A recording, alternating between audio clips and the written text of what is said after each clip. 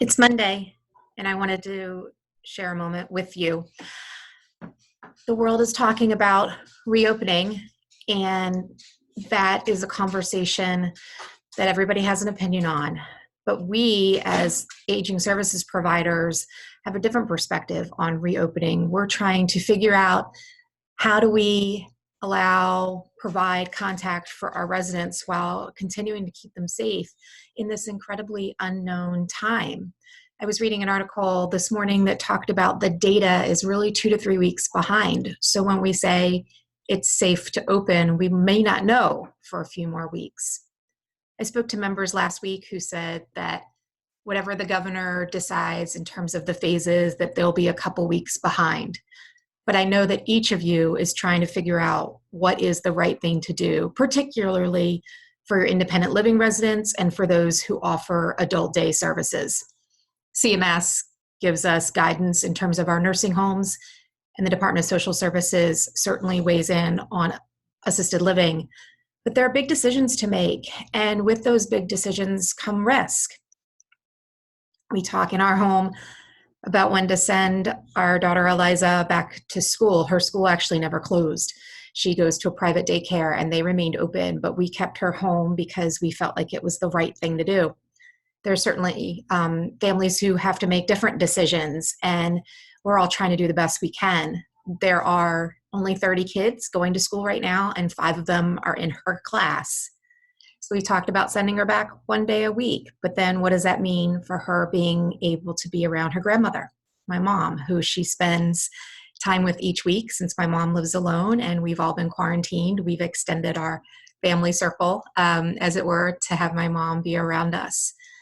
Big decisions about our children, decisions about those we serve.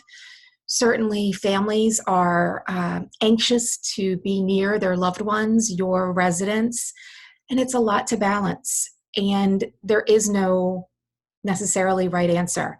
We've never been in this space before, so it's a difficult decision. But I know that it's a decision that each of you are handling with leadership, with integrity, with grace. And I couldn't be more confident in the abilities of LeadingAge Virginia members to continue to serve their residents and clients to the best of their abilities. The families are so blessed that they chose your communities to move their loved ones in.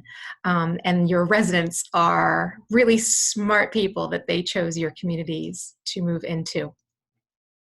So I wish you well. I wish you the space to be able to step back and see the big picture as you start to make these operational decisions with regards to reopening your dining, your housekeeping, inviting residents to come together in small groups again, thinking about your salons, your spas, your fitness centers.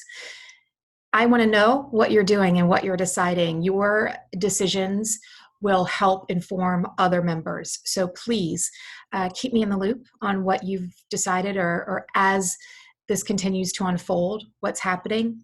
LeadingAge Virginia, of course, is here to provide as many resources as we can. And when we don't have resources, we do have an ear.